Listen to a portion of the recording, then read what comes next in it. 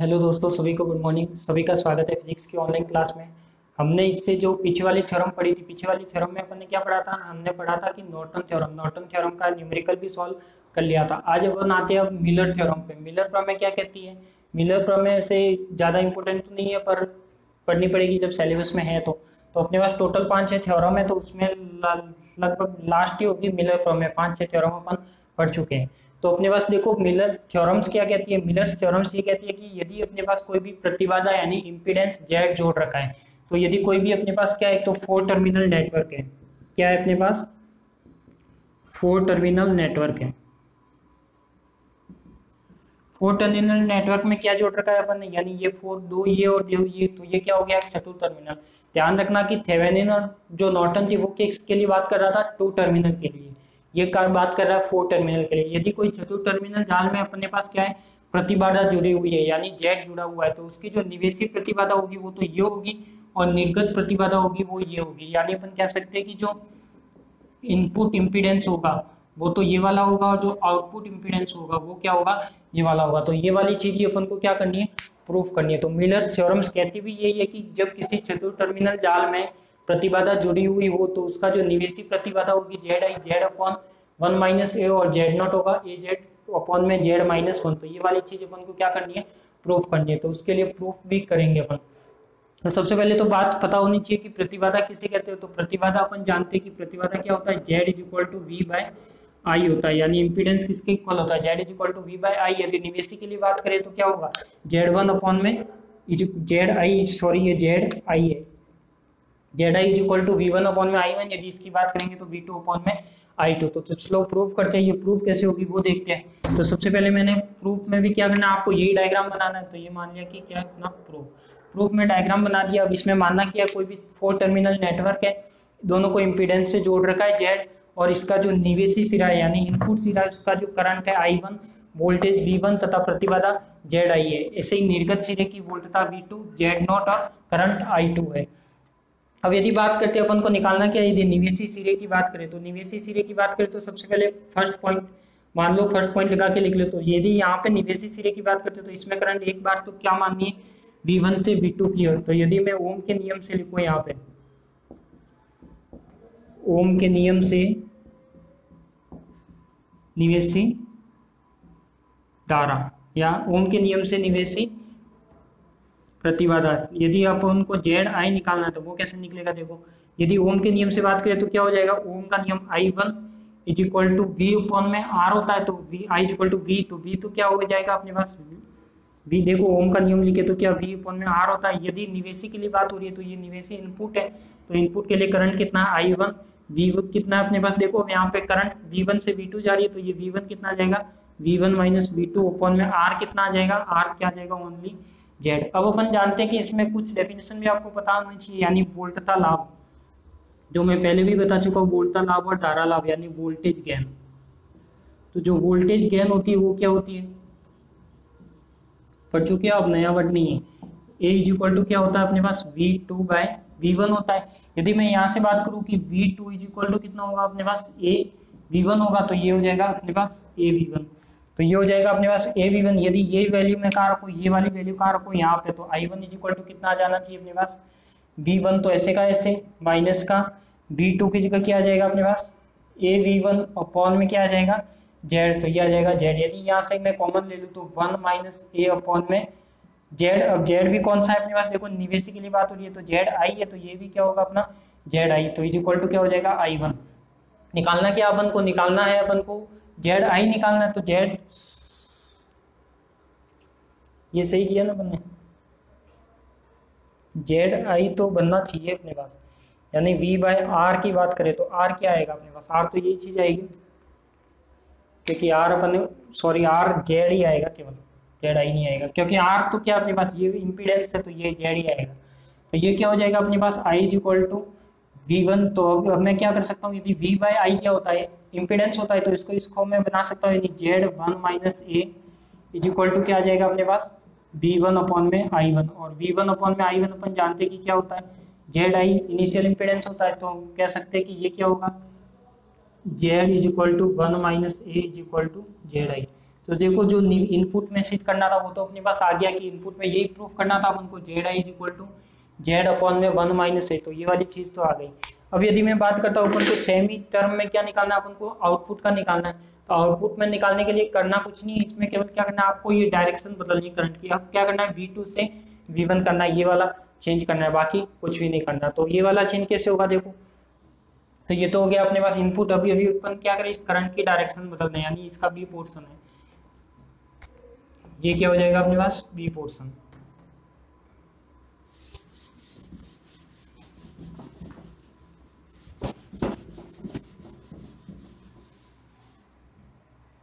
तो ये हो जाएगा अपने पास I equal to V by R. तो क्या क्या हो जाएगा अपने पास, देखो यहाँ पे अब करंट की डायरेक्शन मैंने कर दी V2 से V1, तो I देखो अब कौन सी बात हो रही है अपने पास, निर्गत की बात हो रही है, यानी निर्गत प्रतिबाधा। तो ओम के नियम से निर्गत प्रतिबाधा की बात करें तो देखो निर्गत में I2 आना चाहिए करंट, ये V क्या आना चाहिए अपने पास V2 माइनस का V1 अपॉन में क्या आना चाहिए R क्या है Z। तो यहाँ पे देखो V2 माइनस V1। अब अपन जानते हैं कि वोल्टता लाभ यानी ये क्या होता है, वोल्टता लाभ जानते हैं A इज इक्वल टू क्या होता है V2 बाय V1। यदि V1 की मैं वैल्यू रखूँ तो क्या आ जाएगा V2 बाय A आ जाएगा, यही वैल्यू मैं कहा रखूँ इस इक्वेशन में, यानी V1 का मान यहाँ पे रख सकता हूँ। तो ये क्या आ जाएगा अपने पास I2 is equal to V2 minus V1 की वैल्यू V2 अपॉन में, तो V2 अपॉन में A साथ में क्या आ जाएगा Z।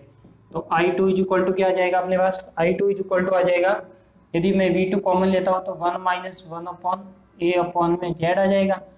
I2 is equal to क्या आ जाएगा अपने पास V2, देखो ये V2 अपॉन में क्या है Z, और इसको मैं लिख सकता हूँ, या फिर आप क्या करो इसको Z नॉट के फॉर्म में बना दो, यानी Z नॉट क्या होगा, यानी I2 को इधर ले जाओ, तो Z minus 1 upon A V2 upon में I2। और अपन जानते हैं कि V2 अपॉन में I2 क्या होगा, आउटपुट इम्पीडेंस, यानी जो अपने पास होगा Z नॉट। तो Z नॉट का क्या हो जाएगा अपने पास, इसको तो लिख सकेंगे Z नॉट, तो ये हो जाएगा Z A, ये A ऊपर आ जाएगा एलसीएम से, और A माइनस का 1 is equal to Z nought. तो ये क्या हो जाएगी अपनी दोनों फॉर्मूले प्रूव हो जाएंगे, यानी अपने पास एक तो हो जाएगा निवेशी सिरे और दूसरा हो जाएगा अपने पास निर्गत, तो दोनों क्या हो जाएंगे अपने पास प्रूफ हो जाएंगे। तो यही अपनी क्या थी जो मिलर थ्योरम्स थी, वो क्या कहती है अपने पास कि कोई भी 4 टर्मिनल नेटवर्क में यदि इम्पीडेंस जोड़ रखा है तो जो इनपुट इम्पीडेंस का मान होगा वो ये होगा, आउटपुट इम्पीडेंस का मान होगा वो ये होगा।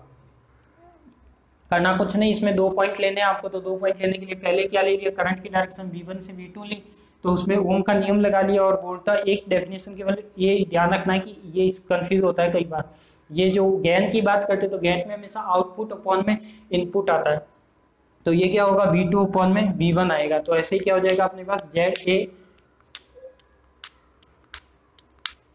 यहाँ पर ने कुछ मिस्टेक की है क्या वोल्टेज में, वोल्टेज गेन में, यानी क्या आना चाहिए AZ अपॉन में Z माइनस 1 आना चाहिए, या A माइनस 1 आना चाहिए, और ये A माइनस 1 है, Z माइनस 1 नहीं है। तो ये क्या जो किया वो सही है, तो Z is equal to A minus 1 आना चाहिए। तो यही क्या थी अपनी मिलर्स थ्योरम। तो देखो अपन ने कौन कौन सी थ्योरम्स पढ़ चुके, मैं एक बार आपको नाम रिपीट करा देता हूँ वापस।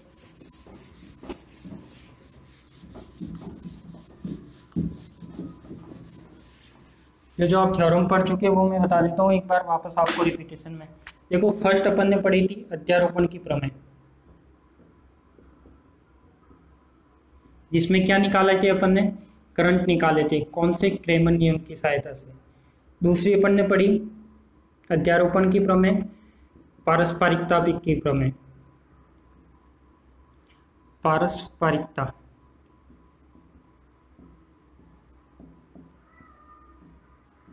तीसरी क्या पढ़ी अपन ने, अधिकतम शक्ति संचरण की प्रमेय,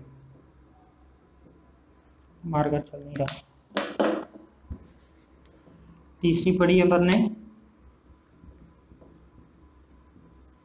अधिकतम संचरण प्रमेय, अधिकतम संचरण की प्रमेय, यानी कैसे मैक्सिमम पावर ट्रांसफर होता है। फोर्थ क्या पढ़ी अपन ने, थेवेनिन थ्योरम, थेवेनिन प्रमेय। नेक्स्ट क्या पढ़ी अपन ने, थेवेनिन के बाद नॉर्टन प्रमेय,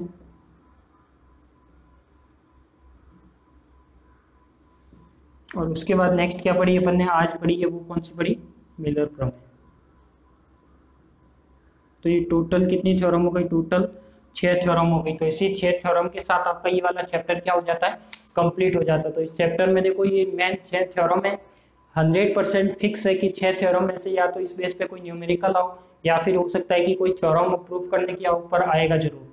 चाहे कोई सी भी यूनिवर्सिटी हो उसमें भी ये सर्किट एनालिसिस वाले ये थ्योरम सिलेबस में है, तो इन 5 या 6 थ्योरम में से एक थ्योरम आपको 99% मिलेगी। जो ज़्यादातर आती है वो एक तो इन दोनों में से आती है या फिर आपको इन दोनों में से मिल जाएगी, पर ये भी कई बार आ जाती है। तो वेटेज सबका सेम ही है, जो ज़्यादातर आती है 5 में से तो कोई ना कोई पूछी जाती है। और जिसमें और वाले ऑप्शन आते हैं, यूनिवर्सिटी में क्या होता है अपने पास फर्स्ट आता है और सेकंड आता है, तो दोनों में या तो थ्योरम आएगी, एक में आ जाएगी अध्यारोपण, दूसरी में आ जाएगी अधिकतम शक्ति संचरण प्रमेय। तो दोनों में से एक करनी होती है, तो आपको ये 5 में से थ्योरम आनी चाहिए। तो इसका क्वेश्चन फिक्स है, चाहे कोई सी भी यूनिवर्सिटी लो। यदि राजस्थान यूनिवर्सिटी में भी देखें तो ये थ्योरम फिक्स है, यानी थ्योरम में से या तो इस बेस पे न्यूमेरिकल आएगा या फिर क्या आएगी अपने पास थ्योरम प्रूफ करने की आएगी। तो ये वाली चीज करनी है। और इसी के साथ अपना फर्स्ट चैप्टर क्या हो जाता है, कंप्लीट हो जाता है। तो इसमें मेन पैरामीटर थे, किरचॉफ के 2 नियम थे, open analysis, node analysis, Kirchhoff के 2 नियम, उसके बाद 2 मेथड आ गए थे, ओपन और नोड। उसके बाद अपन के पैरामीटर आ गए थे जिसमें जेड वाई एच, उन पैरामीटर में अपन ने रिलेशन देख लिया था। और अपने पास उसके बाद क्या स्टार्ट हो जाती है, थ्योरम स्टार्ट हो जाती है। तो ये वाली क्या हो जाती है, अपनी थ्योरम हो जाती है। तो ये वाला अपना फर्स्ट चैप्टर था। तो फर्स्ट चैप्टर लगभग आज कंप्लीट होता है। इसके बाद में जो नेक्स्ट क्लास होगी उसमें क्या करेंगे अपन, कुछ क्वेश्चन सॉल्व करेंगे, चाहे पीडीएफ फॉर्म में करो चाहे इस बोर्ड पर करो, तो वो जैसे भी आपको प्रोवाइड होगा करा देंगे। तो आप सभी को धन्यवाद।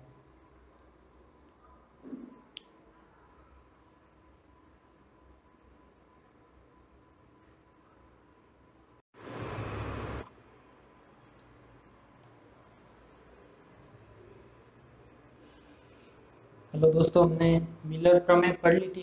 हमने लगभग 5-6 थ्योरम पढ़ ली थी। उसके बाद हमारे पास एक छोटी सी थ्योरम आती है जिसे कहते हैं अपन संभरण की प्रमेय। तो संभरण की प्रमेय, कॉम्पोनेंट्स की प्रमेय कहते हैं, जिसे वैसे ज़्यादा इंपॉर्टेंट नहीं है, सर्किट सॉल्विंग में ज़्यादा हेल्प नहीं करती है, पर अपने सिलेबस में है, टॉपिक दे रखा है तो अपन को देख लेनी है एक बार।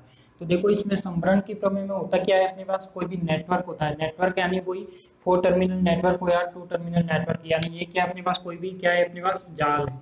अब जाल में होना क्या चाहिए, यानी मान लिया कि कोई भी जाल है, उसमें क्या होना चाहिए अपने पास, वोल्टेज स्रोत और प्रतिबाधा, यानी वोल्टेज सोर्स होना चाहिए और इम्पीडेंस, इम्पीडेंस यानी प्रतिबाधा जेड या फिर आर होना चाहिए। तो मान लिया कि अपने पास ये वाला क्या है, नेटवर्क है, ये वाला क्या हो गया अपने पास, नेटवर्क हो गया। और यहाँ पे अपन ने क्या जोड़ रखा है, एक प्रतिबाधा, यानी यहाँ पे मैंने जोड़ रखा है आर। ये क्या अपने पास आर है, इसमें मान लिया कि करंट कितनी आ रही है, आई आ रही है। तो वोल्टेज सोर्स है, यानी कहीं ना कहीं वोल्टेज सोर्स भी यहाँ पे ऐड है। और यहाँ पे क्या अपने पास ये आर क्या है, अपने पास इम्पीडेंस यानी प्रतिबाधा है। फिर वो कह रहा है कि ये थ्योरम क्या कहती है कि कोई भी जाल हो गया, उसी जाल में क्या हो गया, एक तो वोल्टेज स्रोत हो गया, दूसरा क्या हो गया, प्रतिबाधा हो गया। तो जब इम्पीडेंस है और वोल्टेज सोर्स प्रेजेंट में है, तो उसको क्या करते हैं अपन, इस प्रमेय के द्वारा जो इसका नया सर्किट बनेगा, यदि नए सर्किट में क्या होगा अपने पास, प्रतिबाधा की जगह क्या आ जाएगा, वोल्टेज स्रोत आ जाएगा। यानी अपने पास जो आर था उसकी जगह क्या आ जाएगा, वोल्टेज सोर्स आ जाएगा। यानी इसका यदि नया डायग्राम बनेगा तो वो कैसे बनेगा, अपने पास ये वाला अपना जाल हो गया, ये नेटवर्क हो गया, यहाँ पे क्या आ जाएगा अपने पास, ये सोर्स आ जाएगा, यानी +2 - ई सोर्स आ जाएगा। तो कहने का मीनिंग क्या है, इसमें कोई भी जाल होता है या कोई भी टर्मिनल होता है, उसी जाल में क्या होता है अपने पास, जाल में करना क्या है, यहाँ पे जो वोल्टेज सोर्स और इम्पीडेंस लग रहा है, तो वहाँ पे आर को हटाना है और इम्पीडेंस को हटा के क्या लगाना है अपन को, वोल्टेज सोर्स लगाना है। तो ये क्या हो जाएगा अपने पास, ई हो जाएगा। तो जो इसका नया सर्किट बनेगा इस थ्योरम के द्वारा, तो वो क्या बनेगा अपना, ये वाला बनेगा।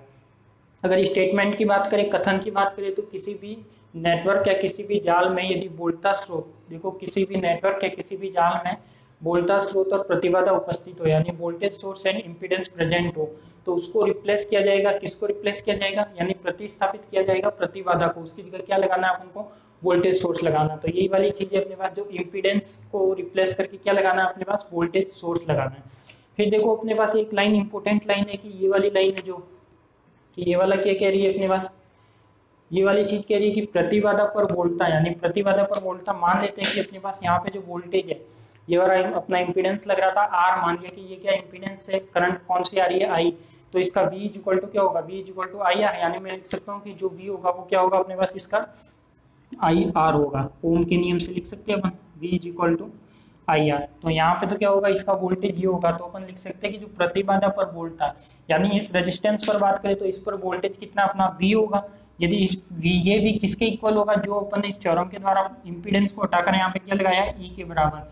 यानी कह सकता हूँ कि यहाँ क्या अपना E है, तो यानी मैं कह सकता हूँ कि जो ये E होगा वो किसके बराबर होगा, IR के। तो ये वाली लाइन क्या कह रही है अपने पास कि प्रतिबाधा पर वोल्टता इज इक्वल टू वोल्टता स्रोत की वोल्टता, तो ये क्या हो जाएगी अपने पास, E is equal to IR हो जाएगी।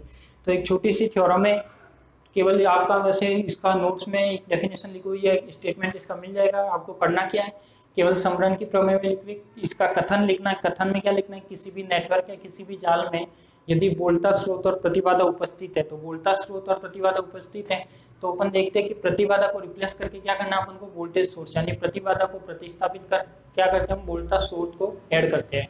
तो ये हो जाएगा, अपन ने रिप्लेस कर दिया किससे, वोल्टा स्रोत से।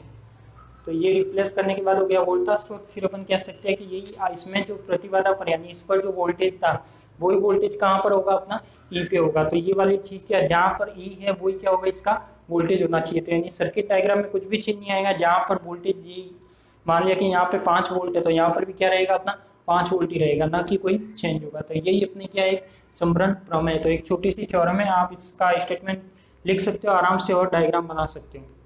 बाकी अपन ने पास जो सब थ्योरम है वो लगभग कंप्लीट हो जाती है अपने पास। तो लगभग ऑलमोस्ट सभी थ्योरम जो आपके सिलेबस में था वो कंप्लीट हो जाता है। अब इसके बाद तो अपने पास इस चैप्टर में तो कुछ बचता नहीं है। फिर अपन जब भी नई ये यूनिट फर्स्ट था यानी सर्किट एनालिसिस का जो चैप्टर था आपका, जो यूनिट अगर राजस्थान यूनिवर्सिटी के अकॉर्डिंग देखें तो यूनिट फर्स्ट की बात करें तो यूनिट फर्स्ट में आपके पास 2 चैप्टर है। तो फर्स्ट चैप्टर तो है अपने पास वही सर्किट एनालिसिस का, और सेकेंड चैप्टर है अपने पास छोटा सा है एक पी एन जंक्शन वाला। तो पी एन जंक्शन क्या सेकेंड यूनिट में भी है और फर्स्ट में भी है। तो जब अपन सेकेंड यूनिट पढ़ेंगे, सेकेंड यूनिट कब पढ़ेंगे, जब ये चैप्टर खत्म होने के बाद इसके कुछ क्वेश्चन करेंगे, इसकी टेस्ट सीरीज आपसे सॉल्व करवाएंगे। उसके बाद आपको सेकेंड पी एन जंक्शन पढ़ेंगे। तो पी एन जंक्शन पढ़ेंगे तो उसी में ये जो इसका सेकेंड चैप्टर है यूनिट फर्स्ट का वो भी उसी के साथ पढ़ेंगे, क्योंकि इसका जो बेसिक इंट्रोडक्शन है पी एन जंक्शन का वो तो यूनिट फर्स्ट में है, बाकी का यूनिट सेकेंड में। अपन जब भी पढ़ेंगे तब पी एन जंक्शन को उसी के साथ पढ़ेंगे। तो अपने कह सकते हैं कि जो फर्स्ट चैप्टर है वही क्या अपनी एक फर्स्ट यूनिट है। यदि आपने ये वाला चैप्टर पढ़ा है तो आप ऑलमोस्ट यूनिवर्सिटी के पेपर में जो क्वेश्चन आते हैं वो आराम से सॉल्व कर सकते हो, मतलब 100% आपका क्वेश्चन मिल जाएगा इससे। तो इसमें अपने पास जो भी क्वेश्चन आते हैं वो आपको क्वेश्चन मिल जाएंगे, तो इसमें कोई प्रॉब्लम वाली बात है नहीं। तो ये चैप्टर अपना क्या हो गया, लगभग पूरा हो गया है, इसमें कुछ भी बचा नहीं, एक भी टॉपिक अपन ने नहीं छोड़ा है, कंप्लीट सिलेबस को कवर करते हुए हर टॉपिक को देखा है। तो अपने पास 5 थ्योरम होगी। थ्योरम पर आपको ध्यान रखना कि नॉर्टन, थेवेनिन और अध्यारोपण सिद्धांत, अध्यारोपण की प्रमेय, ये कुछ प्रमेय इंपॉर्टेंट है जिसके बेस पे क्या है न्यूमेरिकल भी बनते हैं। तो एक क्लास अपन न्यूमेरिकल के भी लेंगे, तो देखते हैं। तो इसलिए आप स्क्रीनशॉट लेना चाहो तो ले लो।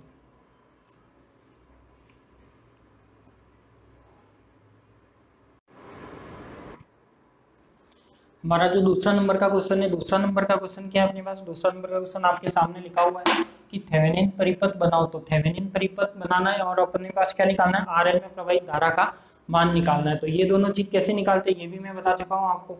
तो इसके जो पहले वाला क्वेश्चन था वो कौन सा था अपने पास, नॉर्टन का था, तो नॉर्टन का बता दिया। अब बात करते हैं अपन थेवेनिन की।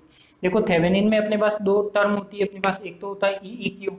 तो एक तो अपन को क्या निकालना है यहाँ पे, ई क्यू निकालना है, दूसरा क्या निकालना है यहाँ पे, जेडी क्यू निकालना है। तो जो नॉर्टन में अपन ने दोनों चीज निकाली है तो उसी तरह से आप निकाल सकते हो। केवल डिफरेंस क्या आएगा उसमें और इसमें, वहां पे जो नॉर्टन परिपथ बना था यहाँ पर थेवेनिन परिपथ बनेगा और उसका आईएन निकलेगा। तो यदि बात करते हैं, मैं देखो फर्स्ट पॉइंट की बात करता हूँ, कौन सा निकालता हूँ, जेड इक्यू का मान यानी इक्विवेलेंट ऑफ इम्पीडेंस का मान।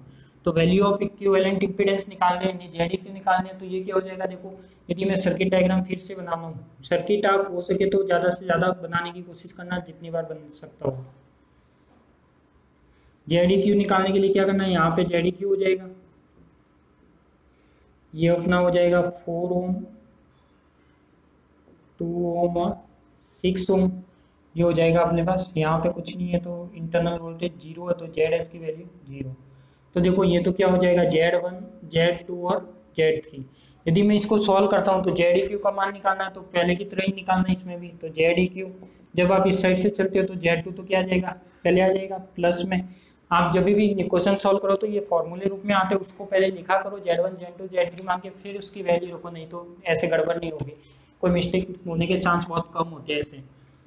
Z2 हो जाएगा, जब आप यहाँ से चलोगे तो क्या हो जाएगा अपने पास Z3 हो जाएगा, ये दोनों सीरीज में, तो ये क्या हो जाएगा Z1 प्लस का ZS अपॉन में Z3 प्लस का Z1 प्लस का ZS। अब देखो इसमें वैल्यू रख लो, Z2 कितना हो जाएगा 4 प्लस Z3 कितना हो जाएगा 6, Z1 और ZS 2 प्लस का 0 अपॉन में क्या हो जाएगा Z3 Z1 और ZS, तो Z3 Z1 और ZS यानी कितना है Z3 Z1 और ZS यानी 6 प्लस 2 प्लस 0। देखो ये 0 है, ये 2 है और ये 6 है, तो हो गया अपने पास। तो अपने पास जो वैल्यू आएगी वो कितनी आएगी 4 प्लस ये आ जाएगा। तो इसको मैं लिख सकता हूँ, देखो इसको यदि काट ले तो यहीं पे, तो 4 प्लस 4 3 12 3 दूनी 8, तो ये हो जाएगा अपने पास 8 प्लस 3 अपॉन में 2, और 8 और 3 कितना होता है 8 और 3 वही 11/2, यानी जो ZEQ का मान आएगा वो तो कितना अपना आएगा 11/2। दूसरा क्या निकालना है अपन को, दूसरा निकालना है अपन को EEQ। तो EEQ कैसे निकलेगा, देखो EEQ की बात करते हैं, यदि दूसरी वक्त की बात करें बी पॉइंट यानी EEQ का मान, यदि EEQ का मान निकालना है तो वही वापस डायग्राम बनाओ इसका, चाहे छोटा बना लो पर बनाओ।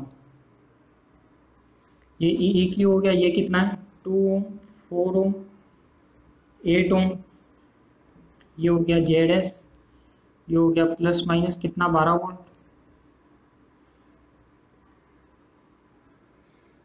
और ये हो जाएगा अपने पास EEQ। ये दो क्या हो गए टर्मिनल हो गए। देखो थेवेनिन और नॉर्टन किस टर्मिनल की बात कर रहा है, कौन से नेटवर्क की बात करता है 2 टर्मिनल नेटवर्क की। तो यहाँ पे भी क्या है ये सब 2 टर्मिनल नेटवर्क, इसके जो पीछे वाला क्वेश्चन था उसमें भी क्या है 2 टाइप का नेटवर्क है, यानी 2 टर्मिनल नेटवर्क है। तो ये हो जाएगा अपने पास ZS। अब बात करते हैं इसमें कि ये निकलने कैसे, अपने पास क्या निकालना है, अपने पास EEQ का मान निकालना है। EEQ का मान निकालने के लिए ये वाला सर्किट तो अधूरा है अपने पास, तो इसको तो छोड़ो, अपन यहाँ क्या करते हैं यहाँ पर वोल्टा विभाजन नियम लगाते हैं, तो यहाँ पर जो वोल्टा आएगी वही यहाँ पे वोल्टा होगी। तो अपन कह सकते हैं कि यहाँ पे वोल्टा विभाजन नियम लगाए, तो देखो ये Z1 ये Z2 ये Z3 और ये क्या है अपना ZS है।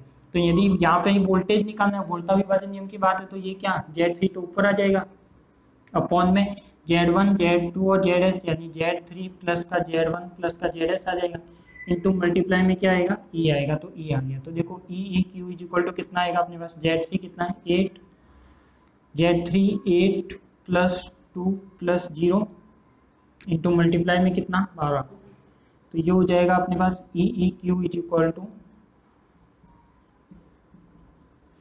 तो कितना हो जाएगा अपने पास, यानी EEQ इज इक्वल टू ये हो जाएगा अपने, देखो अपने पास EEQ का मान आ गया और ZEQ का मान आ गया। जब ये दोनों वैल्यू आ गई तो अब अपन को क्या करना है, इसकी सर्किट में IL धारा निकालनी है। तो IL धारा तो आप निकाल सकते हो आराम से,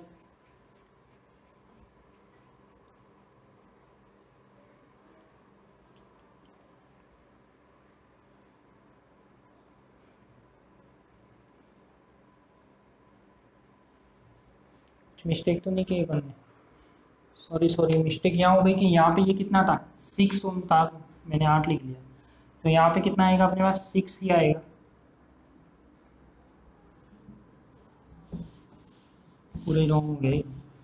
देखो यहाँ पे Z3 प्लस का Z1 प्लस का ZS, तो ये हो जाएगा अपने पास, देखो Z3 की वैल्यू कितनी 6 अपॉन में Z3 Z1 यानी 6 हो गया, प्लस का Z1 कितना है अपने पास 2 ओम है, तो 2 हो जाएगा प्लस का 0 हो जाएगा इंटू E कितना हो जाएगा 12, तो 6/8 इंटू 12।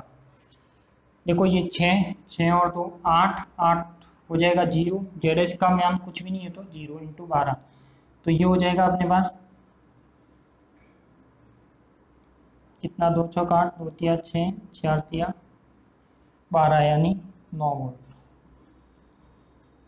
यानी जो EEQ का मान आएगा वो कितना आएगा अपने पास 9 वोल्ट आ जाएगा। अब अपन को निकालना है, देखो अपने पास जो थेवेनिन सर्किट बनाना है, तो थेवेनिन सर्किट के लिए अपन को क्या चाहिए, एक तो ये ई क्यू चाहिए, दूसरा जेड ई क्यू चाहिए, तो दोनों की वैल्यू आ गई। अब अपन थेवेनिन सर्किट बनाते हैं। तो थेवेनिन सर्किट कैसे बनेगा अपना, देखो ये ई क्यू हो गया, ये क्या था जेड ई क्यू, कैसे जोड़ना है इसमें बस, ये क्या हो गया अपना जेड एल हो गया, और ये बन गया अपना थेवेनिन। तो तीनों की वैल्यू है अपने पास, ये वाला 5 ओम दे रखा है, जेड ई की वैल्यू निकाल चुके हैं और ई क्यू निकाल चुके हैं। यानी इसमें यदि आई एल की बात करें तो इसमें आई एल किसी डायरेक्ट ओम के नियम से निकलेगा, वी अपॉन में आई, वी अपॉन में आर, तो वी की जगह तो क्या आ जाएगा ई क्यू, अपॉन में आर की जगह क्या आ जाएगा जेड ई क्यू प्लस का जेड एल आएगा। यही आएगा अपने पास, इसमें कोई भी नियम नहीं लगाना, सीधा सा ओम का नियम, क्योंकि क्या ये एक तरह से सिंगल सर्किट है। तो I L is equal to कितना आ जाएगा, देखो ई क्यू का मान कितना 9, ई क्यू का मान 9, जेड ई क्यू का मान कितना है अपने पास 11/2, तो 11/2 प्लस का जेड एल कितना है अपने पास 5, तो ये कितना आ जाएगा 9, ये 2 ऊपर आ जाएगा और 11 प्लस 10, यानी ये बचेगा अपने पास 9 दूनी 18 और कितना 21, तो ये रह जाएगा अपने पास 3 6 18 और 3 7 21, यानी 6/7, यानी जो आई एल आएगा वो कितना आएगा अपने पास 6/7 एम्पियर। तो ये आपका क्या हो जाएगा, क्वेश्चन कंप्लीट रूप से सॉल्व हो जाएगा। तो यही वाला क्या था अपने पास, देखो इसमें भी करना कुछ नहीं था, थेवेनिन परिपथ था। थेवेनिन परिपथ में क्या निकालना था अपन के पास, आर एल में प्रवाहित धारा का मान निकालना था। तो सबसे पहले तो क्या निकाला अपन ने, जेड ई क्यू निकाल लिया, जेड ई क्यू निकालने के बाद ई क्यू निकाल लिया, और ई क्यू निकालने के बाद क्या बना दिया अपन ने, थेवेनिन सर्किट बना दिया और आई एल निकाल लिया।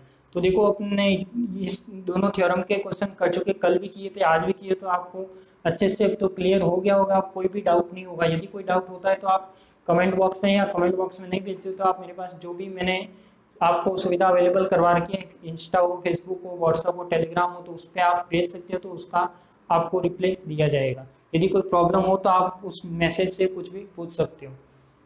तो अब लगभग आपको समझ में आ गया होगा। यदि समझ में नहीं आता है तो एक बार आप एक काम करना, इस वीडियो को दोबारा देखना और भी ज़्यादा ध्यान से देखना, एकदम शांत वातावरण में देखना। तो वैसे इलेक्ट्रॉनिक्स ऐसी सब्जेक्ट है, यदि समझ में आ जाती है तब तो अच्छे से आ जाएगी, और यदि नहीं आती है तो फिर सोचना भी बत की आएगी बाद में। तो साथ साथ पढ़ो, डेली वीडियो को साथ साथ देखो, तब तो आपको अच्छे से क्लियर हो जाएगी, आपको एग्जाम के टाइम में आसानी रहेगी। तो ये अपना था दूसरा क्वेश्चन, इसका भी स्क्रीनशॉट लेना चाहो तो ले सकते हो।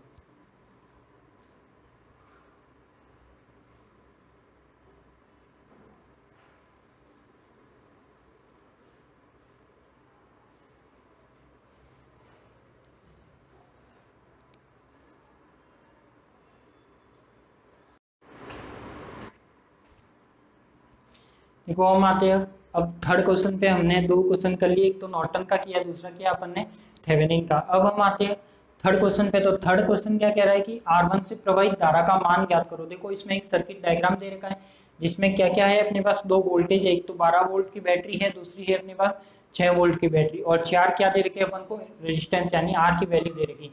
तो रेजिस्टेंस एक तरह से क्या इंपीडेंस ही होते हैं, तो अपन मान सकते हैं कि ये क्या एक तरह से इंपीडेंस यानी जेड की वैल्यू है। तो देखो इसमें पहले से ही दे दिया, ये R1 है, ये R2 है, ये R3 है और ये R4 है। जब इसमें पहले से दे दिया जाता है तो अपन को कुछ भी चेंज नहीं करना है, जो दिया हुआ उसी को मानते हुए इसको सॉल्व करना है।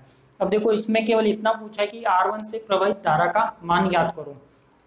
तो आपको बहुत सारे कंफ्यूजन आ जाएंगे कि कौन सा मेथड लगाए, क्योंकि अपन ने तो इस चैप्टर में मेथड ही मेथड पढ़े। सबसे पहले नोड एनालिसिस पढ़ा है, फिर ओपन तो वो मेथड पढ़े थे, किरचॉफ के 2 नियम थे, यदि उससे सॉल्व नहीं होता है तो क्या करते हैं अपन, 2 मेथड और पढ़े अपन ने, कौन कौन से, ओपन एनालिसिस या नोड एनालिसिस, ये 2 थे। तो ये 2 मेथड और पढ़ने के बाद 5-6 थ्योरम पढ़ी। अब अपन देखते हैं कि कंफ्यूजन क्या होगा, आप इसमें कौन सा मेथड लगाए। तो देखो सिंपल से, जब तक आपको कोई भी थ्योरम का नाम पर्सनली नहीं दिया जाता है, जो इसके पीछे वाले क्वेश्चन थे उसमें क्या था, थ्योरम के नाम आपको पर्सनली दिए गए थे। अब यहाँ पे क्या, थ्योरम के नाम पर्सनली आपको नहीं दिए गए, तो आपको करना क्या है, कोई भी मेथड आप इसमें लगा सकते हो। तो मेथड लगाने के लिए देखो इसमें कौन सा मेथड आप अप्लाई करोगे। यदि आपके पास कोई भी थ्योरम का नाम नहीं आता है तो सिंपल सा है, आप जो किरचॉफ का सेकंड नियम था, वोल्टा का नियम, जैसे इक्वेशन बना के आप उसको सॉल्व करते थे, वैसे ही क्या करो, इसको सॉल्व करो। तो देखो यहाँ पे कुछ भी मेथड का नाम नहीं दे रखा, ना कुछ थ्योरम का नाम है, तो सीधा सा इसको सॉल्व कर सकते हैं। R1 से प्रवाहित धारा का मान, यदि R1 से प्रवाहित धारा का मान देखे तो क्या क्या आएगा, सबसे पहले बात करते हैं। सबसे पहले तो इसमें आपको लूप का नाम देना होगा और करंट की डायरेक्शन देनी होगी। तो ये दोनों फिक्स कर लेते हैं अपन। देखो यहाँ पे ये वाला प्लस है, जो बड़ा होता है वो प्लस, छोटा होता है वो माइनस, ये प्लस और माइनस। यदि बात करते हैं ये कैसे चलता है अपने पास, करंट प्लस टू माइनस में चलता है। यदि मैं बात करता हूँ ये वाला करंट कहाँ आ रहा है अपना I1, तो मान लिया कि यहाँ तक तो क्या आएगा अपना I1 आएगा। अब यहाँ पे जो सेकंड बैटरी इस यहाँ से भी प्लस टू माइनस करंट आएगा, तो यहाँ से मान लिया कि कौन सा आएगा अपने पास I2 आएगा। और जब ये क्या आने वाली धारा बराबर जाने वाली धारा, ये कोई अपन नोड पॉइंट मान लेते हैं, संधि बिंदु मान लेते हैं, तो यहाँ पे आने वाली धारा बराबर जाने वाली धारा, आने वाली धारा क्या I1 प्लस I2, तो ये कितना हो जाएगा I1 प्लस का I2। यही हो गया अपने पास, देखो ये I1 ये I2 और ये धारा जाने वाली है, यानी I1 प्लस I2 क्या हो जाएगा, आने वाली धारा बराबर जाने वाली धारा। तो ये हो जाएगा अपने पास सर्किट डायग्राम। अपन ने क्या किया, करंट की डायरेक्शन दे दी, क्योंकि करंट की डायरेक्शन डायग्राम में नहीं दे रही थी तो बैटरी के अकॉर्डिंग अपन ने डायरेक्शन दे दी। अब अपन बात करते हैं इसके लूप के नाम भी दे देते हैं, तो नाम दे दिया मैंने A B C D E और F। अब देखो अपन वही नियम लगा के इसको सॉल्व करते हैं। तो देखो यदि फर्स्ट में लगाते हैं तो ये लूप फर्स्ट बनाते हैं अपन। लूप फर्स्ट में क्या होगा, लूप अपन बैटरी के साइड से लेना, जहाँ पॉसिबल हो वहाँ तक आप बैटरी के साइड से लेना, लूप ज़्यादा इजी रहेगा। देखो यहाँ से चलूंगा तो ये माइनस पहले आ रहा है, माइनस टर्मिनल, तो ये तो क्या हो जाएगा, देखो लूप ले लेता हूँ मैं, कौन सा लूप हो जाएगा, F A E B A में ये लूप हो गया। इसमें यदि आप यहाँ से चलोगे तो ये माइनस पहले आ रहा है, तो ये क्या हो जाएगा अपने पास माइनस का 12 वोल्ट, जो ऊपर चलेंगे तो प्लस का 8I1, प्लस का क्या हो जाएगा 8I1। फिर वापस यहाँ से चलोगे तो ये क्या है, प्लस का 2I1 plus I2 is equal to, वापस इधर आओगे तो इज इक्वल टू 0। तो ये कितना हो गया, देखो 8I1 और 2I1 10I1 प्लस का 2I2 इज इक्वल टू कितना 12। सभी में से 2 कॉमन आ सकता है, तो मैं ले सकता हूँ 5I1 plus I2 is equal to 6। तो फर्स्ट इक्वेशन तो क्या हो गई, ये हो गई। अब यदि अपन सेकंड लूप की बात करें तो लूप सेकंड की बात करते हैं। तो लूप सेकंड कहाँ से चल रहा है, जहाँ से आप चलना चाहो, तो अपन चलते D C B E D में। यदि आप इस साइड से चलते हो यानी माइनस, तो देखो जब D से चलोगे तो माइनस टर्मिनल पहले आ रहा है बैटरी का, तो क्या हो जाएगा अपने पास माइनस का 6। ऊपर चलेंगे तो क्या आएगा प्लस का 2, करंट कौन सी I2, प्लस का अब क्या 4I2, तो ये हो जाएगा 4I2 प्लस का, जब इधर चलेंगे तो कितना हो जाएगा 2I1 प्लस I2 ये हो जाएगा। तो देखो ये कितना हो जाएगा इज इक्वल टू क्या हो जाएगा अपने पास 0। यदि इसको सॉल्व करते तो ये -6 तो उधर जाएगा। देखो I2 कितनी है, 4 और 2 6, 6 और 2 8, यानी I2 तो कितनी है अपने पास, टोटल I2 है 8। I1 कितने हैं, I1 है अपने पास only 2I1 is equal to कितना हो जाएगा 6। तो कॉमन आ रहा है तो ये कितना रहेगा I1 plus 4I2 is equal to 6 यानी 3। देखो इक्वेशन नंबर फर्स्ट हो गई, इक्वेशन नंबर सेकंड हो गई। अब यदि मैं कोई सी भी वैल्यू निकालने के लिए क्या करूँ, इनमें कोई भी एक टर्म सेम करके काटनी होगी, तो क्या करें, वही प्रतिस्थापन मेथड लगा देते हैं। यानी मैं क्या करूँ, यदि I इसको मल्टीप्लाई I2 को सेम, क्या कि अपन को कोई से भी टर्म निकालो इसमें, यदि I2 या I1 निकालोगे तो I2 को मैं सेम बनाऊँ तो I इसको मल्टीप्लाई करूँ 4 से और इसको करूँ 1 से। इसको 4 से करेंगे तो क्या होगा, देखो 5 और 20I1 प्लस का 4I2 इज इक्वल टू 24। इसको 1 से करेंगे तो वही I1 प्लस का 4I2 और is equal to 3, minus minus और माइनस, तो क्या होगा इसमें, ये से ये कैंसिल आउट हो जाएगा, 20 में से ये जाएगा तो क्या बचेगा अपने पास 19I1 is equal to 24 minus 3 यानी कितना 21। तो ये आ जाएगा अपने पास, जो I1 आएगा वो कितना आएगा 21/19, यानी ये तो क्या आ गया अपना I1 आ गया।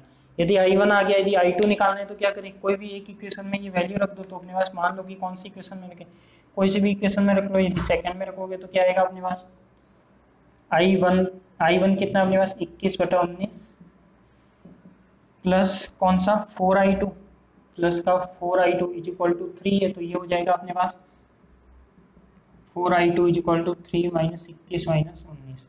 तो देखो ये इधर जाएगा तो ये कितना बचेगा 19 इंटू 3, तो 3 है 27 का 7, तो 57 माइनस का 21 अपॉन में क्या रहेगा 19 इंटू 4 भी आ जाएगा नीचे, तो ये क्या निकलेगा I2। तो I2 इज इक्वल टू कितना आ जाएगा अपने पास, देखो 7 माइनस 1 6 और 5 माइनस 2 3। तो 19 × 4, तो ये कितना हो जाएगा 9। तो I2 इक्वल टू कितना हो गया 9/19 हो गया। अब अपन को पूछा क्या, देखो I1 का मान भी निकल गया और I2 का मान भी निकल गया। अब अपन को पूछा तो केवल क्या है R1 से प्रवाहित धारा का मान। R1 से कौन सी धारा जा रही है अपनी I1 जा रही है, तो I1 की वैल्यू कितनी हो जाएगी 21/19। तो I1 तो कितना हो जाएगा अपने पास 21/19 हो जाएगा। तो ये तो हो गया अपने पास 21/19। ठीक है, अब यदि सेकंड की बात करें, ये तो हो गया अपना I1 इक्वल टू 21/19। यदि सेकंड की बात करें तो अब इसने जो पूछा था वो तो अपना निकल गया। अब यदि बात करते हैं अपन यहाँ से प्रवाहित धारा, यानी मान लो कि वो यहाँ से R1 से पूछता या R3 से पूछता, तो मान लेता हूँ R2 से, ये तो क्या थी R1 से। यदि R2 से प्रवाहित धारा पूछता तो R2 से कितना आता अपने पास, R2 से I1 + I2 जा रही है, तो ये क्या आता अपने पास I1 + I2। I1 कितना है 21/19 प्लस I2 कितना है 9/19, तो ये कितना हो जाएगा 30/19। ये हो जाएगा अपने पास। अब क्या आएगा अपने पास, यदि ये वाला हो गया 30/19, यदि R3 की बात करें तो R3 से कितना जा रहा है I2 जा रहा है अपने पास, यानी R3 से यदि प्रवाहित धारा की बात करें तो I2 तो वही अपने पास 9/19, और R4 से भी क्या आएगा 9/19। तो यही अपना क्वेश्चन था जिसमें क्या कह रहा था कि प्रवाहित धारा का मान। तो देखो इसमें यदि कोई पर्सनल थ्योरम का नाम नहीं आता है तो आप सिंपल सा किरचॉफ का सेकंड नियम लगाते हुए ऐसे इक्वेशन बनाते हुए इक्वेशन को सॉल्व करना है, और I1 I2 भी जो भी निकालना हो आप आसानी से निकाल सकते हो। तो देखो आप जैसे जैसे प्रैक्टिस करोगे आपका कॉन्फिडेंस लेवल भी बढ़ता जाएगा और क्वेश्चन उसमें ही सॉल्व होते जाएंगे। तो ये वाला आपका था क्वेश्चन नंबर 3।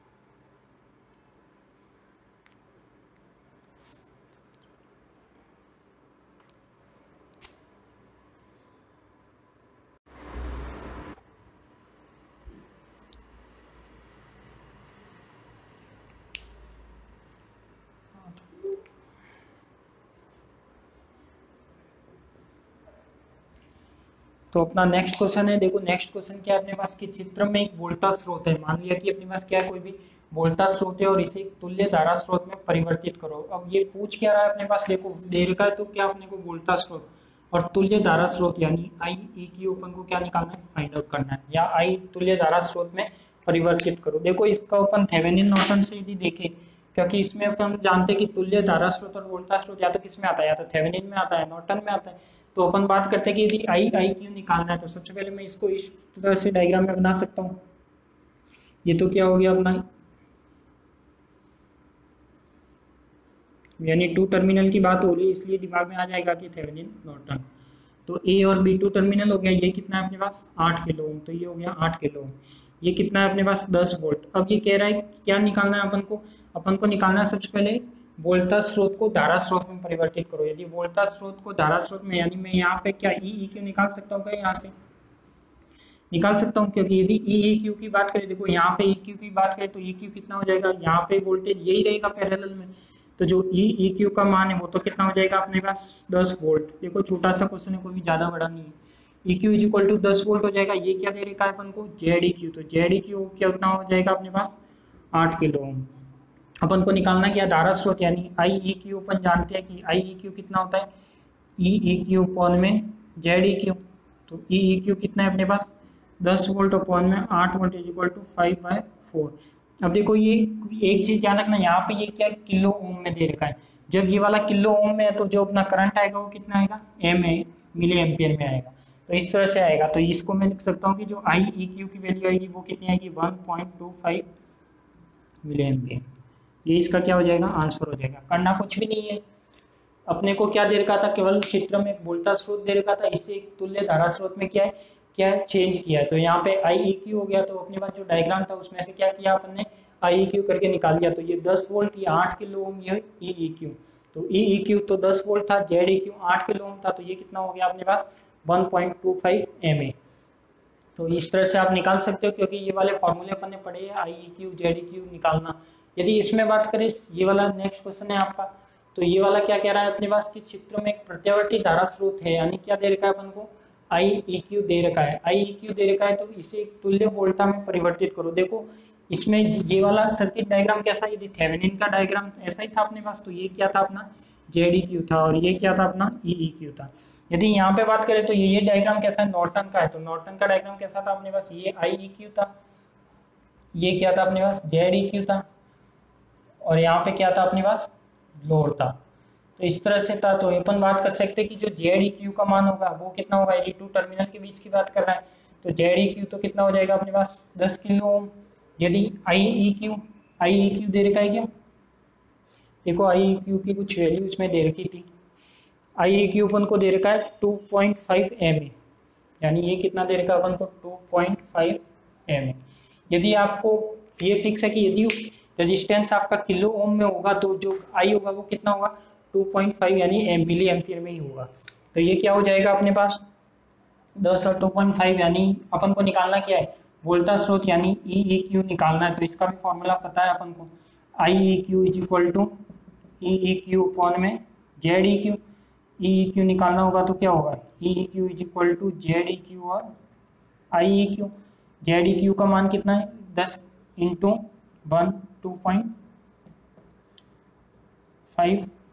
तो ये कितना आ जाएगा E E Q is equal to लगभग 25 वोल्ट। देखो वोल्टेज तो वोल्टेज ही रहेगा, इसमें कुछ भी चेंज नहीं आएगा। ये क्या था आपका क्वेश्चन था। तो ये वाले आपके लगभग इलेक्ट्रॉनिक्स के जो जो इम्पोर्टेंट क्वेश्चन थे वो करा दिए, एग्जाम में आ चुके, ये क्वेश्चन इसलिए कराए। तो ये वाले क्या थे अपने पास, इस टाइप से आपके कोई भी न्यूमेरिकल आ जाए तो आपको सॉल्व करना है अभी।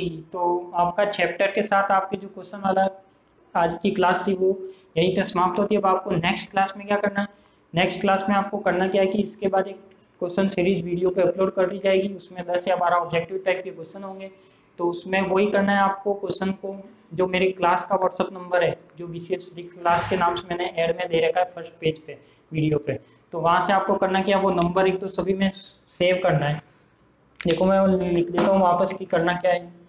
जो मेरा नंबर है वो क्या है 787763 122। तो इसको आप पहले तो अपने पास मोबाइल है उसमें BCS फिजिक्स क्लास के नाम से सेव कर लीजिए इस नंबर को सेव करने के बाद क्या होगा अपने पास, इसमें अपन को जो भी मैं क्वेश्चन सीरीज दूंगा तो क्वेश्चन सीरीज का आपके आंसर निकालने हैं। एक दिन का टाइम मिलेगा आपको, तो उसके आंसर जैसे ये वाला पेज लेआउट है तो कोई भी पेज लेना है, प्लेन पेज लेना है, उसमें आपका नेम, कॉलेज नेम यानी आप किस कॉलेज से हो और कौन सी जगह से हो, यानी जो नेम लिख लेना और कॉलेज नेम लिख लेना और आपके नंबर लिख लेना, ये 3 चीज़ तो जरूरी है। तो ये आपको लिखना, ये इसलिए लिखा रहा हूँ क्योंकि मुझे भी पता रहे कि मेरी वीडियो कितने जनों द्वारा देखा जा रहा है, कितने उसको रेगुलरली पढ़ रहे हैं और कितने से रेस्पॉन्स आ भी रहा है, तो वो चीज़ मुझे देखनी है। तो कॉलेज नेम, नंबर और नाम लिख लेना, ये हो जाएगा। और इसके बाद क्या करना है 3 4 5 6 7 8 9 और 10, तो ये वाले क्या हो जाएंगे आपके जितने भी क्वेश्चन आएंगे सीरीज में, 10 आए 15 आए 20 आए, तो उसको आपको क्या करना है ऑब्जेक्टिव टाइप में जो भी आंसर मिलेगा उसका, जैसे किसी का ये आ गया, किसी का बी आ गया, किसी का डी आ गया, तो इस टाइप से क्या करने वो आंसर लिखने और उस पेज का क्लियर फोटो लेके मेरे को इस व्हाट्सअप नंबर पे, चाहे व्हाट्सअप पे भेजो, चाहे इंस्टाग्राम पे भेजो, चाहे फेसबुक पे भेजो, जैसे भी आप भेजना चाहो तो भेज सकते हो। टेलीग्राम भी है अपना और व्हाट्सअप भी इसी नंबर पे बना हुआ है, बाकी इंस्टा ऐप भी भेजते हो, जैसे आपको सुविधा हो उस टेस्ट सीरीज का क्या करना है आपको क्वेश्चन लिख के भेजना है। तो क्वेश्चन का आपका नंबरिंग भी की जाएगी, जितनी भी होगा, नेगेटिव मार्किंग तो नहीं होगी पर नंबरिंग जरूर की जाएगी। तो आपको वापस रेस्पॉन्स भी दिया जाएगा कि आपको भी कितनी मेहनत की जरूरत है, आप कितने लॉस में हो। तो उससे आपका खुद का क्या होगा, ऑफलाइन में तो क्या होता था हम कभी भी क्वेश्चन दे दिया तो क्वेश्चन देने के बाद क्या होता है लड़के सॉल्व करते थे, कोई नहीं करते थे तो पता लग जाता था कि इसको समझ में नहीं आया। अब ऑनलाइन में ऐसा पॉसिबल है नहीं क्योंकि पता लगा नहीं सकते, तो पता लगाने के लिए यही एक तरीका है। तो आपको ईमानदारी से ये पेज लेना है, इस टाइप से क्वेश्चन सॉल्व करके उसमें जो भी ऑब्जेक्टिव क्वेश्चन है वो आपको लिखकर वापस रिटर्न में भेजना है मुझे, तभी मुझे पता लग सकता है।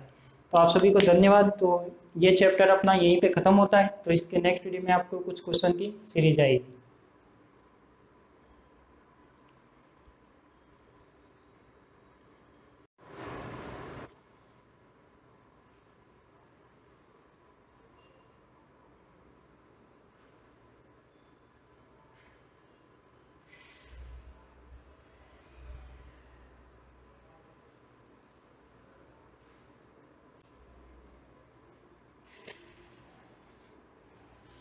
हेलो दोस्तों, सभी को गुड मॉर्निंग। तो हमने जो चैप्टर था वो पूरा पढ़ लिया था। तो पहले तो सबसे पहले आप सब नए नए जैसे जैसे ऐड होते जा रहे हैं तो जो अपने जो पुराने लेक्चरर हैं वो देखते जाइएगा। बहुत सारे मेरे पास मैसेज भी आ रहे थे कि हम नए ऐड हुए, तो कोई बात नहीं, जो उनके लिए पुराने जो वीडियो रिकॉर्डेड है वो क्या है यूट्यूब चैनल पर अपने पहले से ही अपलोडेड है। तो आप उन चैनलों को कभी भी जब भी फ्री टाइम हो आप देख सकते हो, आराम से नोट्स बना सकते हो। उसके बाद में अपने पास जब भी क्वेश्चन करेंगे तो आपको अच्छे से समझ में आ जाएंगे। तो आज अपना जो मैं लेके आया हूँ वो क्या, अपने पास क्वेश्चन नहीं करने हैं। तो सबसे पहले तो जो जो नए युवा साथी जुड़े हैं उन सभी का मैं दिलीप खंडेलवाल आप सभी का हार्दिक स्वागत करता हूँ फिजिक्स की ऑनलाइन क्लास में। तो आपको करना क्या, देखो अपने पास जैसे ही अपने पास कुछ क्वेश्चन करते हैं आज, तो अपना चैप्टर खत्म हो चुका था। चैप्टर खत्म होने के बाद क्वेश्चन की बारी आती है। तो सबसे पहले देखो अपना फर्स्ट नंबर का क्वेश्चन है वो क्या कहता है, आपके सामने है फर्स्ट नंबर का क्वेश्चन कि नॉर्टन परिपथ बनाओ और आरएल में प्रवाहित धारा का मान ज्ञात करो। एक चीज ध्यान रखना कि अपने पास जो जो थ्योरम पढ़ी है उसी के बेस पे अपन कुछ क्वेश्चन करेंगे। तो उस क्वेश्चन करने के बाद आपको देखो अभी कुछ भी लिखना नहीं है, केवल कानों में एयरफोन लगा के या स्पीकर कनेक्ट करके जो बोला जा रहा है, जो बोर्ड पर किया जा रहा है वो केवल आपको समझना है। क्योंकि जो ये क्वेश्चन है वो आपको नोट्स के रूप में भी आपको जो वीडियो के एंड में है मिल जाएंगे आपको। तो आप उस नोट्स को देखने के लिए क्या करें, वीडियो को कंप्लीट पूरा समझे। फिर उसके लास्ट में कुछ फोटो डाली गई है वीडियो में जो क्या करेगी आपके नोट्स के रूप में है, तो उसको आप आराम से लिख सकते हो और कुछ प्रॉब्लम हो तो वापस देख सकते हो। तो अपन बात करके आते हैं फर्स्ट क्वेश्चन पर। फर्स्ट क्वेश्चन है अपना कि नॉर्टन परिपथ बनाओ और आरएल में प्रवाहित धारा का मान ज्ञात करो। देखो हमने नॉर्टन परिपथ थ्योरम पढ़ी थी, एक तो अपन ने पढ़ी थी थेवेनिन, दूसरी पढ़ी थी अपन ने नॉर्टन। तो देखो दोनों की चीज अलग अलग है। एक तो नॉर्टन की बात करते हैं तो सबसे पहले तो क्या करना है, ये नॉर्टन का डायग्राम दे रखा है जिसमें 8 ओम 4 ओम 8 ओम जो बैटरी दे रखी है वो 24 वोल्ट, और ये जो लोड दे रखा है वो कितना दे रखा है 36 ओम। फिर वो कह रहा है कि सबसे पहले तो नॉर्टन परिपथ बनाओ और आरएल में प्रवाहित धारा का मान ज्ञात करो। तो देखो सबसे पहले कि नॉर्टन परिपथ की बात करें, नॉर्टन परिपथ में अपन जानते हैं कि नॉर्टन परिपथ में जो रिक्वायरमेंट है वो किसकी है अपने पास, एक तो चाहिए अपने को आई ई क्यू जो अपन को निकालना होगा, दूसरा क्या चाहिए अपने को जेड ई क्यू। तो ये दोनों चीज चाहिए अपने को। तो अपन ने जो नॉर्टन थ्योरम पढ़ी है उसमें अपन जानते हैं कि जो जेड ई क्यू और आई ई क्यू कैसे जुड़े होते हैं, एक दूसरे के पैरेलल में समांतर क्रम में जुड़े होते हैं। तो यहाँ पे देखते हैं कि सबसे पहले अपन को जो नॉर्टन परिपथ बनाना है उसके लिए रिक्वायरमेंट किसकी है, इन दो चीजों की, एक तो आई ई क्यू दूसरा जेड ई क्यू। तो देखो जेड ई क्यू आप अच्छे से पहले भी सीख चुके हो, अगर नहीं सीखी तो आज वापस देख लो।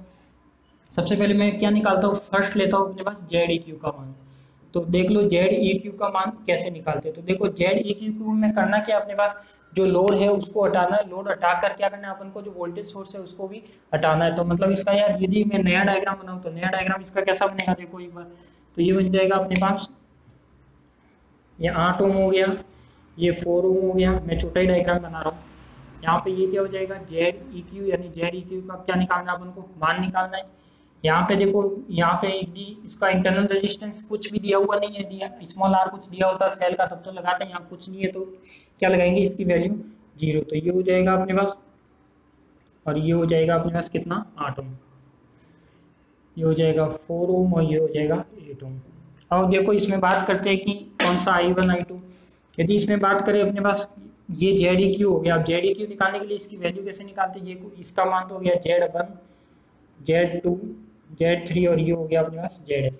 देखो जेड ई क्यू निकालने के लिए बताया था, यदि अपन जेड ई क्यू निकालते हैं तो क्या करें, इसका सिरा खोल देते, खोलने के बाद क्या होगा, जेड ई क्यू यहाँ से ऐसे ही रखना है और इधर इस साइड से अपन को देखना होता है। तो इस साइड से देखे तो देखो जेड ई क्यू का मान क्या आएगा, देखो यहाँ से चलेंगे तो Z2 प्लस में आएगा, ये Z2 प्लस में आएगा। जब यहाँ आएंगे तो ये वाले दोनों क्या है Z1 और ZS सीरीज में, और ये वाला क्या है पैरेलल में। तो ये हो जाएगा अपने पास Z1 यानी Z3 अलग हो जाएगा और Z1 प्लस का ZS हो जाएगा, साथ में क्या हो जाएगा Z1 प्लस Z3 प्लस का ZS हो जाएगा। अब इसमें वैल्यू रखनी, ये अपन टर्म डेरिवेशन में भी थेवेनिन में भी निकाली, नॉर्टन में भी निकाली, तो आप निकाल सकते हो आराम से, कोई दिक्कत नहीं है इसमें। वैल्यू रखनी है, देखो Z2 कितना हो जाएगा 4 प्लस का Z3 कितना हो जाएगा 8, Z1 कितना हो जाएगा 8 प्लस का 0 अपॉन में Z1 Z3 ZS यानी 8 प्लस का 0 हो जाएगा। ये हो जाएगा अपने पास 4 प्लस 64 अपॉन में 16। तो ये टोटल हो जाएगा 4 प्लस 4, ये कट के 4 हो जाएगा। तो टोटल हो जाएगा जो जेड ई क्यू की वैल्यू आएगी वो कितनी आएगी अपने पास 8 ओम आएगी, यानी ये तो क्या निकल गया अपना जेड ई क्यू निकल गया। यदि ऐसा कोई भी सर्किट है उसका जेड ई क्यू निकालना है तो सिंपल सा या तो फॉर्मूला याद रख लो, यदि फॉर्मूला याद नहीं रखते हो तो सिंपल सा कंसेप्ट बेसिक आपको यहाँ से इस साइड से चलना है, तो इस साइड से चलोगे तो पहले ये Z2 आएगा तो Z2 लिख लिया, प्लस में ये दोनों सीरीज में, ये इसके पैरेलल में, तो Z3 Z1 प्लस ZS और ये आ जाएगा। तो ये तो क्या निकल गया अपना जेड ई क्यू निकल गया। अब यदि बात करते हैं दूसरी टर्म की, तो दूसरी टर्म में अपने पास कौन सी अपन को निकालना है आई ई क्यू। तो आई ई क्यू का मैंने एक फॉर्मूला बताया था, देखो आई ई क्यू किसके बराबर होता है, आई ई क्यू बराबर होता है ई ई क्यू अपॉन में जेड ई क्यू के। कल अपन ने देखा था जब लोड को जीरो कर दिया था, ये वाला फॉर्मूला आया था नॉर्टन में। जब इसमें निकालना है, देखो मैं शॉर्ट में निकालने के लिए यही फॉर्मूला आप काम में लेना। तो देखो इसमें दूसरा पॉइंट क्या निकालना है अपन को, जब आई ई क्यू निकालना है उसके लिए रिक्वायरमेंट किसकी अपने को ई ई क्यू की, यानी ई ई क्यू निकालना है, यानी इक्विवेलेंट वोल्टेज निकालना है। अब ये कैसे निकलेगा इक्विवेलेंट वोल्टेज, देखो इसका भी अलग से डायग्राम बनेगा। ये हो गया 8 ओम, ये हो गया 4 ओम। अब इसके सिरे को खोल देना है, प्लस माइनस 24 वोल्ट। ये क्या हो गया जेड एस, ये 8 ओम 8 ओम 4 ओम, ये क्या हो गया ई ई क्यू। अब क्या किया अपन ने यहाँ पे क्या किया, इस सिरे को खोल दिया। तो सिरों को खोलने का मीनिंग है कि ई ई क्यू का मान निकालना है, मतलब इस सिरे को ओपन कर दिया, मतलब कह सकते हैं कि सर्किट कैसा हो गया अपना अधूरा हो गया। यदि सर्किट अधूरा हो गया तो अपने पास कह सकते हैं कि ये वाला तो कोई काम का नहीं है, क्योंकि इसमें तो करंट जाएगी नहीं, आगे सर्किट जा ही नहीं रहा, तो ये वाला तो मीनिंगलेस हो गया अपना। अब इसमें वैल्यू निकालनी है तो कैसे निकालेंगे ई ई क्यू की, देखो वोल्टा विभाजन नियम मैंने बताया था। अब वोल्टा विभाजन किस पे निकालेंगे, किस पे, क्योंकि यहाँ पर वोल्टा निकालनी है, मतलब पैरेलल में वोल्टा समान होती है, यानी यहाँ पर जो वोल्टा आएगी वही यहाँ पर आएगी, कह सकते हैं अपन। तो जो ई ई क्यू का मान है वो यहाँ पर निकालते हैं अपन। तो वोल्टा विभाजन कैसे लगाते हैं, देखो वोल्टा विभाजन नियम क्या कहता है कि जहाँ पर वोल्टा निकालनी है उसका रेजिस्टेंस तो ऊपर, तो उसका रेजिस्टेंस ऊपर आ जाएगा 8, यानी कह सकते हैं कि ये वाला ऊपर आ जाएगा। फिर इसके जो 7 वाला था इस लूप में वो तीनों नीचे ऐड हो जाएंगे, यानी 8, एक तो ये ऐड हो जाएगा, एक ये ऐड हो जाएगा, और एक क्या हो जाएगा ये जेड एस ऐड हो जाएगा, तो ये आएगा अपने पास। और मल्टीप्लाई में क्या आएगा ई, यानी मैं यदि इसका फॉर्म लिखूँ तो ये मान लिया ये Z1 ये Z2 और ये क्या है Z3 है, तो इसको मैं फॉर्मूले के रूप में लिखूँ तो देखो क्या आएगा अपने पास, वोल्टेज निकालना है तो Z3 ऊपर, ये तीनों नीचे, Z3 plus Z1 plus ZS into क्या होगा अपने पास ई हो जाएगा। तो ये हो जाएगा अपने पास E E Q is equal to, देखो Z3 की वैल्यू कितनी है, Z3 है अपने पास 8 अपॉन में Z3 8 प्लस 8 8 प्लस 8 और प्लस का क्या आ जाएगा 0 इंटू ई कितना अपने पास, ई कितना है 24 वोल्ट, तो ये हो जाएगा 24। सॉल्व करेंगे तो 8/16 इंटू 24, तो कितना रह जाएगा अपने पास, देखो 8 दूनी 16 और 12, तो ये अपने पास जो ई ई क्यू की वैल्यू आई वो कितनी है अपने पास 12 वोल्ट। ये हो गया अपने पास, देखो जेड ई क्यू आ गया, ई ई क्यू आ गया। अब अपन को क्या करना है, सिंपल सा है अपने पास जो नॉर्टन, देखो उसमें लिखा हुआ है कि नॉर्टन परिपथ भी बनाया ना, जब नॉर्टन परिपथ बनाएंगे फिर उसमें क्या निकलेगी उसकी करंट निकलेगी। जब बात करते हैं नॉर्टन परिपथ की, तो देखो नॉर्टन परिपथ कैसे बनेगा अपना, यदि मैं बात करूँ नॉर्टन परिपथ यानी थर्ड पोर्शन। अब थर्ड पोर्शन में नॉर्टन परिपथ अपन जानते हैं कैसा बनता है अपने पास, यहाँ पे क्या होता है कोई भी धारा स्रोत होता है आई ई क्यू, यहाँ पे क्या होता है अपने पास लोड होता है, और यहाँ पे क्या होता है अपने पास जेड ई क्यू होता है। तो देखो आई ई क्यू भी है अपने पास, जेड ई क्यू भी है, तो अपन को निकालना क्या, देखो आई ई क्यू निकालना है तो सबसे पहले यहाँ तो क्या निकला है ई ई क्यू, तो ई ई क्यू निकाला है तो अपने पास जानते हैं कि E E Q sorry I E Q is equal to क्या होता है ई ई क्यू अपॉन में जेड ई क्यू। तो ये कितना आएगा, देखो ई ई क्यू कितना है 12 वोल्ट अपॉन में जेड कितना है 8 वोल्ट, तो ये कितना बच जाएगा अपने पास, जो आई ई क्यू की वैल्यू आएगी वो कितनी आएगी अपने पास, कट जाएगा तो 4 × 12 4 दूनी 8 एम्पियर। तो ये तो क्या आ गया अपना आई ई क्यू आ गया। अब देखो इसमें यदि मैंने निकाला था कि यहाँ पर क्या निकालना था अपन को आई एल निकालना था, तो ये आई एल निकालने के लिए अपन ने क्या फॉर्मूला काम में लिया था, ये फॉर्मूला अपन ने काम में लिया था। देखो यहाँ पर आई एल निकालना है तो आई एल कैसे निकाला था आपको याद ही होगा, फॉर्मूला कैसे काम में लिया था बताओ। आई एल निकालने के लिए क्या लिया था मैंने, जेड ई क्यू, क्या क्या लिया था आई ई क्यू निकल गया। अब यदि आई एल निकालना है तो आई एल निकालने के लिए क्या करें, जेड ई क्यू प्लस का जेड एल, तो क्या आएगा नीचे आएगा, और साथ में क्या आ जाएगा, इसमें भी कौन सा नियम लगाओगे आप, नियम वही लगाना है जो आप पहले से लगे। यहाँ पे वोल्टेज विभाजन लगाए, यहाँ पे कौन सा लगा दो, धारा विभाजन लगा दो। देखो यहाँ पे करंट किस में निकालना है अपन को, यहाँ पे निकालना है IL में, यानी RL में प्रवाहित धारा पूछ रहा है, नहीं ये IL निकालना है। तो यहाँ पे निकालने के लिए यदि करंट की बात हो रही है तो उसके ऑपोजिट वाला रेजिस्टेंस ऊपर आ जाएगा, यानी ZeQ तो कहाँ आ जाएगा अपना ऊपर। कौन सा नियम लगा रहे हैं, धारा विभाजन नियम।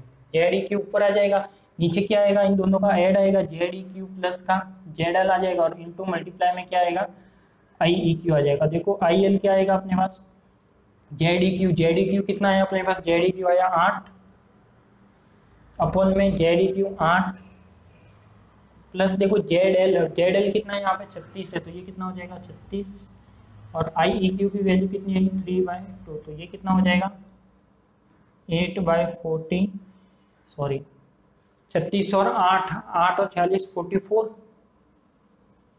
इंटू 3/2। तो देखो ये तो हो गया 4 और ये हो गया 11, यानी मैं कह सकता हूँ कि जो IL आएगा वो कितना आएगा अपने पास 3/11 एम्पियर आएगा। तो ये वाला अपना क्वेश्चन क्या हो गया, कंप्लीट रूप से सॉल्व हो गया। तो जो जो उसने पूछा था वो सब निकल गया अपने पास। देखो क्या क्या निकला। सबसे पहले वो पूछ रहा था कि नॉर्टन परिपथ बनाओ, तो नॉर्टन परिपथ तो ये वाला होता है, तो ये मैंने नॉर्टन परिपथ बना लिया। फिर कह रहा था कि RL में प्रवाहित धारा निकालो, तो RL में प्रवाहित धारा भी निकाल ली। तो जो अपना जो आंसर आएगा कितना आएगा 3/11 एम्पियर, यानी 3/11 एम्पियर।